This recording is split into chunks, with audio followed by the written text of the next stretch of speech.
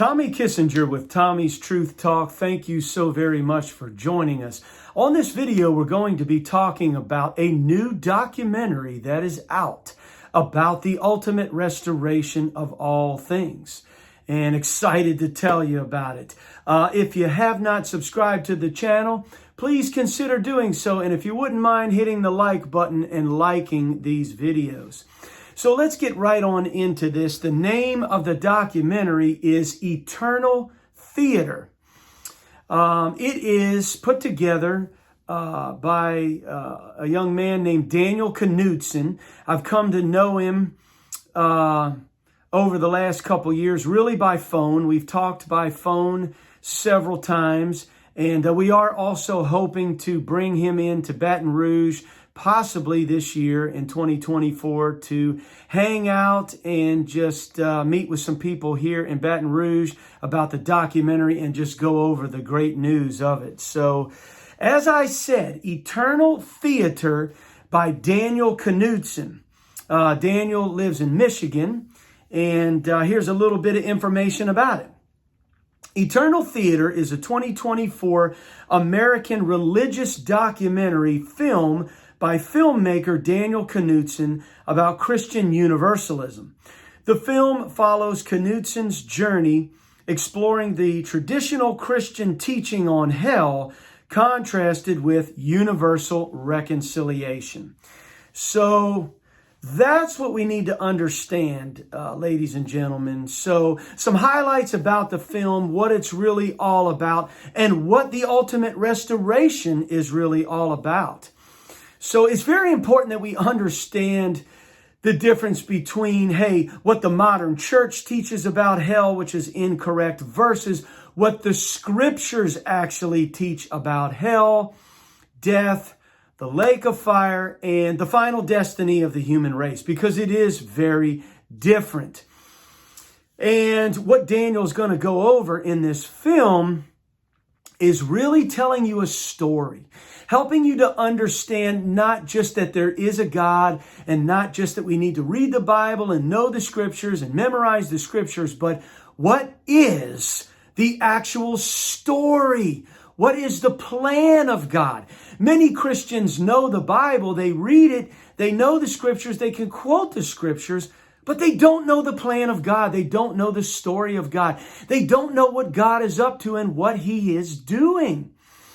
If it was just about God trying to find out who's going to go to heaven and who's going to go to hell, man, don't you think He'd know that before He ever even started? God knows the end from the beginning. He's all-knowing, all-wise, all-present. He's eternal. He's outside of time. He's in time. He's everywhere. He's everything. If God was just trying to figure out, well, man, who's going to choose me? Well, He would know that before He ever even started. So God's plan is so much richer and so much deeper than that. God is making man in His image. And Daniel begins to tell this story. He tells you his background, how he grew up in a religious upbringing and what he thought about God, and then, his preconceived ideas about God and the final destiny of the human race. But then as he began to get a little bit older and had some very in-depth conversations with people about theology, he began to realize that his view and image of God and his understanding of the plan of God had some major problems in it, that his theology had some holes in it. And so it sent him on a journey of investigation. And as he began to investigate, here's what he found out.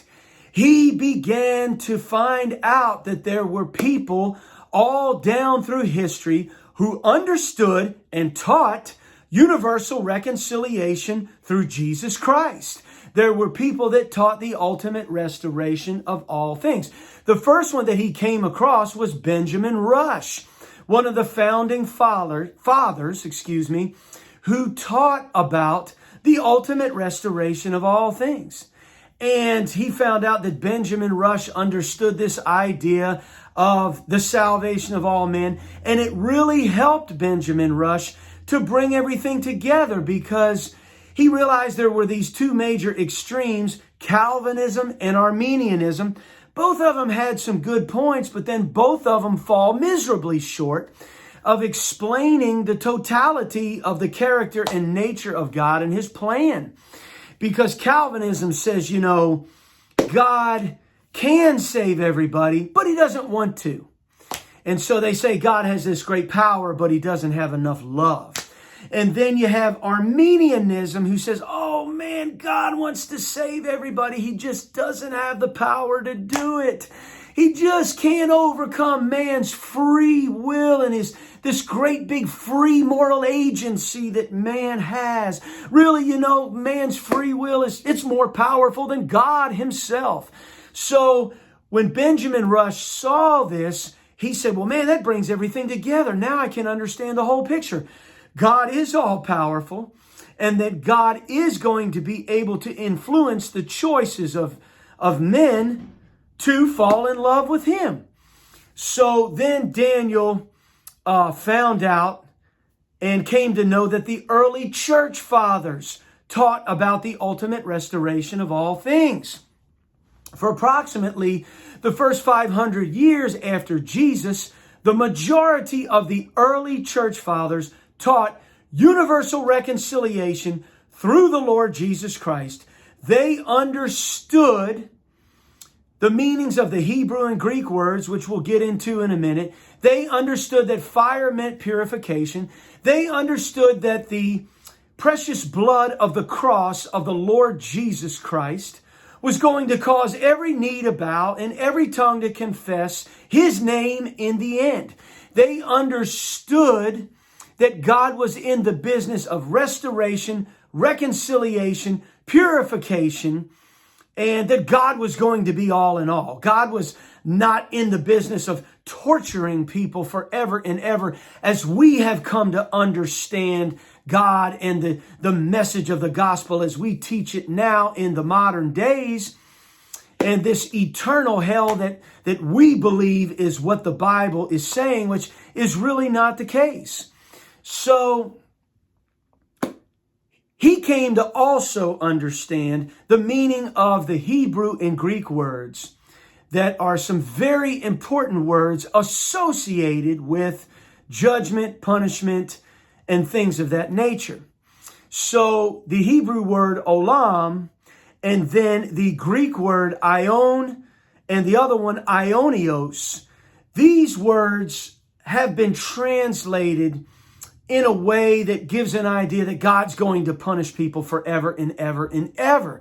But the early church fathers, and in the early church, and when these things were originally written, they were understood in their proper light. Olam is a Hebrew word that means a hidden or concealed amount of time. Ion means an age or a period of time, and ionios means belonging to the ages, or belonging to time, or of the ages, or pertaining to the ages. So when we look in the leading, selling modern translations of today, they put forth this idea of eternal punishment, like God's going to just punish people forever and ever and ever and ever and ever and ever. Just torture them, torture them, torture them. What kind of God is that? What kind of plan is that? First of all, it's not true. But when you go into the original Hebrew and Greek, and you go back to the early church fathers, you will find out they had the goods, they had the message, okay? So they understood that olam meant a hidden or concealed amount of time, ion meant an age, and ionios meant belonging to the ages of time. So really these words meant that these people were going to go through judgment for a period of time in the life or the age to come. But it doesn't mean that God's going to torture them forever and ever.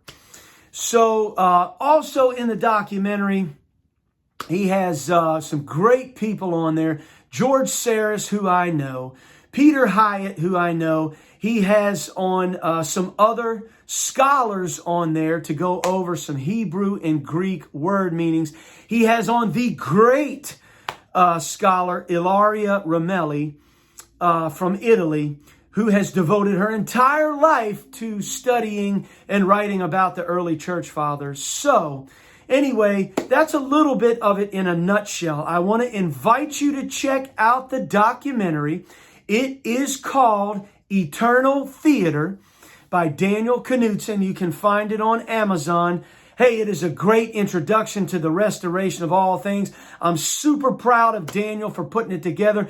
I'm super proud that I can call him my friend. He did an excellent job. So check it out. Eternal Theater by Daniel Knudsen.